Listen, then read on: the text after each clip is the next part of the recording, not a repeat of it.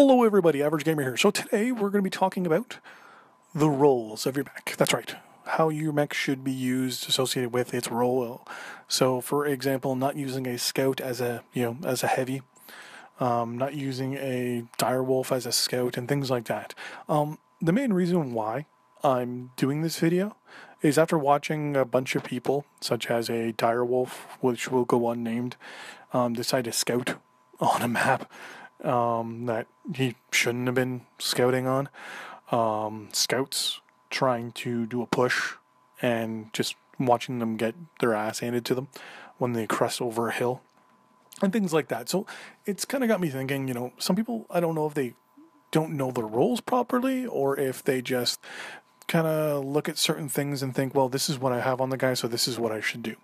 So with my aficionado knowledge of armored warfare, and also with playing for the last almost year now, associated with one of the guys in my unit, Baron von Hardcharger, listening to him and watching him play and things like that, I definitely have decided to put this little video together about roles of mechs, especially with my upcoming tutorial videos associated with community warfare. One of the things you definitely there need to know is your role. So with that in mind, here is what I'm thinking. So overall, there are obviously different mech classes, that are better for different roles. For example, the light mech, they make perfect scouts, perfect dogfighters, harassers, things like that, but they make the worst frontline unit. Basically the replacement for an assault. An assault mech, on the other hand, is slow, can take a punish, can take quite a bit of heat, but they can also deliver a significant amount of high damage on target and downrange. It's important it's important basically in the end to get that perfect trio of armor, speed, and weaponry on a mech. Basically you gotta look at the pros and cons of each chassis and mech as well, right? So overall, I've kind of broken down things into 5 real different types of builds. You have the scout, the brawler, direct fire, indirect fire, and defensive. So first we're going to talk about is defensive. Defensive mechs are basically just the mechs with ECM. The guys that can basically hide everyone from the long range missiles spam. Also, it can hide you from people knowing on the other side where you're going, what you're doing. It's the ultimate electronic warfare guy. If you don't have him on one of your units or even one of your lances, it does make things a lot harder, you'll notice, because the other guys will know where you are and they'll know what you're doing. It's one of those things. The next guy we're talking about is the opposite of the defensive support, the scout. The main thing I think of with the scout is, they're your spotter. Use them to spot the enemy, specifically using tags, narcs, beagle action, active probes, things like that, UAVs to spot the enemy units. You also use them to, in my opinion, look at the ECM and specifically target ECM. So that way you can use the next option, which I'm saying is indirect support, which are basically your LRM missile boats. One thing I really love seeing is someone running a light mech, seeing an ECM Hellbringer, for example, narking him, and then the LRM boats just unleash hell on the guy. That is the ultimate combined arms idea. One thing that definitely is a good idea in this game is combined arms, because if you don't all work together, you're going to lose, right? So then you have indirect fire. So then you also have your direct fire. So you have your snipers, for example, guys running dual Gauss, quad Gauss, things like that. So like your Jaeger mechs and your direwolves and your king crabs. Then you have guys that are for intermediate range, direct fire weapons. Like your direwolf, your king crab as well. Basically, people that have multiple auto weapons, like auto cannons, that can go down range and basically be okay at intermediate ranges, your medium, your 300, 500 meter range. Guys like that can put many rounds down range and really confuse the hell out of guys that are attacking you. Then you also have, your jump snipers, but I'm really not going to get into those because those guys are, in my eyes, not too fun. They're good to use, but in the end, They really have no, again, you're basically your Pop Tartan, right? But you do have your laser vomit mechs, which also go in the direct fire support section. Basically, those are guys that can put as many lasers downrange as they can, and at slow intervals. For example, my Timberwolf can put down 3, 4, 5, 6, 7 rounds or 7 laser shots, basically, downrange, and just keep rotating them out, or even do a full alpha. So your laser vomit guys. Then you got your guys with extended ranges. So, for example, my Awesome has extended ranges on its large lasers. Then with laser modules and things like that, you pump out the range like crazy on those guys. Then of course you have the opposite, which are your brawlers, your close range guys. So your Hunchback 4 PC, your Orion, your Stormcrow, your Griffin, your Atlas DDC, things like that are built and made to run in or slowly jaunter in and just fight. Put as many rounds on one specific person as they can, and basically try to out DPS the person. If you don't know what DPS means, it means damage per second. So that means that, say, for example, on Atlas build 1, you can put out, in a matter of 1 second, 12 damage. The Atlas it's fighting can put out 10 damage. At that point, Atlas 1 will win, or should win, theoretically, under the numbers, because it's putting out more damage, so it should, in the end, take out Atlas number 2. That's mainly, your brawler. You can have you can have light brawlers, you can have whatever, but those are the main units, right? Now, most brawlers, in my eyes, are mediums. Direct fire support mechs seem to be assaults, mostly. The odd heavy, also. And then your scout are always your lights. Now and then you'll get the odd medium, which is good for scouting, like your cicada and things like that. But certain mechs are good for certain things, right? So overall, obviously you have your 4 classes, right? Your light, which is usually 20 to 35 tons.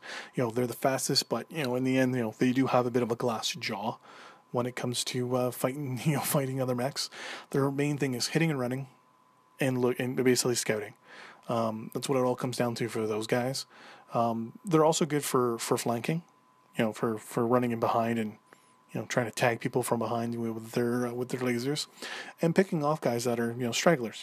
Your direwolf that everyone left behind on on one map specifically. Things like that. Your mediums, being roughly 40 to 55 tons. I will admit, a lot of people kind of get overconfident in these ones because they see the speed and they're like, well, if I switch out this engine and put this one on here, I get an extra 30 kilometers an hour, an extra 20 kilometers an hour, and then they're constantly getting their ass handed to them, because in the end their mech is not really designed to be the fastest thing out there. It's one of those mechs where you have to definitely live by the triangle of armor to speed to firepower. You may not be the fastest person out there. You may not have the most amount of ammo or most amount of firepower or the most amount of armor. Definitely not. But you have to live by that triangle specifically on them. Usually, to be honest with you, mediums can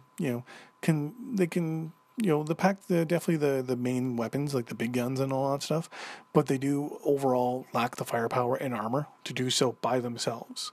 So it's usually good to be in a pack, like a wolf, a group of mediums, because they can take on a heavy or an assault no problem. If there's usually a good 3 or 4 of them, that's no problem. Because you have to remember, they're the stopgap between heavies and lights. You can't in a medium take on a heavy or an assault by yourself. Think of it as the rock, paper, scissors approach. Usually you got to have at least a couple mediums to take out a heavy or an assault. It's a given, right? So it's one of those things where you can, most people do, in a medium get baited by the assaults or the heavies. Because what'll happen is a heavy will hit you, or an assault will hit you, and then it'll pull back. And you're thinking, well, shit, obviously I've got him scared, so I'm going to go get him. You move in, and he just rips you apart, because you can't do a one-on-one battle with a heavy. Speaking of heavies, obviously, the creme de la creme out of mechs. They're the Porsche of mechs. They have the best triangle associated with armor, speed, and weaponry. They are the slower of all the different types of mechs, and they don't have the same amount of weaponry as assault mechs, but they have impressive weaponry. Sometimes some of them will actually have better weapons than the heavies or the assaults, but that's the thing, right? They're slow, but they have the firepower, and the armor is kind of lacking. So they're not. Sorry, I said earlier they are the epitome of the triangle. I'm actually wrong. Sorry, they're not. They go towards the armor or the weaponry with the sacrificing the speed and the armor. Then the assaults, on the other hand, they are the epitome. They have the best weapon to firepower to speed ratio. A lot of them you can tweak a little bit to kind of get a little bit of an exploitation on one. But to be 100% honest, certain mechs are just, Like, for example, some direwolves, one of the ones I have, it can bring up to 50 tons of armament, of ammo and weapons and everything. That's almost equal to the actual weight of a heavy mech. So, it's one of those things where, and that's also including armor. So, I mean, when you think about it, right there alone, it can outpace anything else on a one-to-one battle, no matter what. Many assaults are great at being the spearhead of a push and dominating a fight, big time, right? That's why you always see, if your assault group on a map gets wiped out in the first, say, 5 to 10 minutes, 9 times out of 10 you're going to lose the match. Now, mind you, the slowest ones are always the ones you have to watch, like your direwolf, your king crab, and some atlases here and there. They do get overwhelmed and swamped by the lighter guys, hence your lights. So it's one of those things you got to think of. So in the end, as I said, one of the things you always have to think about is your role, right? And also how you play personally. You can build out a heavy more like an assault, but at the same time, look at the mech, right? If it says that it's a heavy mech, you should be running it how it is right now. Mind you, take this all as a grain of salt. This is just my version of what I'm looking at and how I'm thinking. So feel free to leave a comment if you disagree with anything. I would like to hear that. If you say, the following mech is a medium, but it's really good as an assault, blah blah blah, or the following mech, aka like a cicada, is really a light, really not a medium. Things like that. You know what? Yeah, I agree with you. If we all agreed, life would be boring. So, in all, to be honest, as I said, this is just my opinion. By no leaps and bounds is it set in stone, and this is the way that everything's going to be. But yeah, this is just my view. So overall, as I said, combined arms is the biggest thing to do in this game. If you can usually get 2 mediums with a light and an assault, you're laughing. If you get 2 heavies and a light together, you're laughing. All in all, it's all about teamwork, right? You can have the perfect build for whatever mech it is, have it designed perfectly, but in the end lose because you're not using teamwork. So, with all the stuff I'm saying, teamwork in the end is that last class. Because as I said, there's 5 classes of mech, right? Light, medium, heavy, assault, and then teamwork. If you don't have teamwork, you're kind of fucked. So, anyways, thanks for watching. Thanks for listening, I should say. There's just some battling going on in the background. So don't forget to like and subscribe to the videos, and more will be out. As I said, over the next little while, there will be additional community warfare tutorial videos. But I just wanted to get this Know Your Mech thing out first. Mainly because at this moment I'm kind of waiting on PGI to kick me out of my unit so I can get everything set up for those tutorials. So thanks for watching, and thanks for listening. Have a good day. Bye-bye.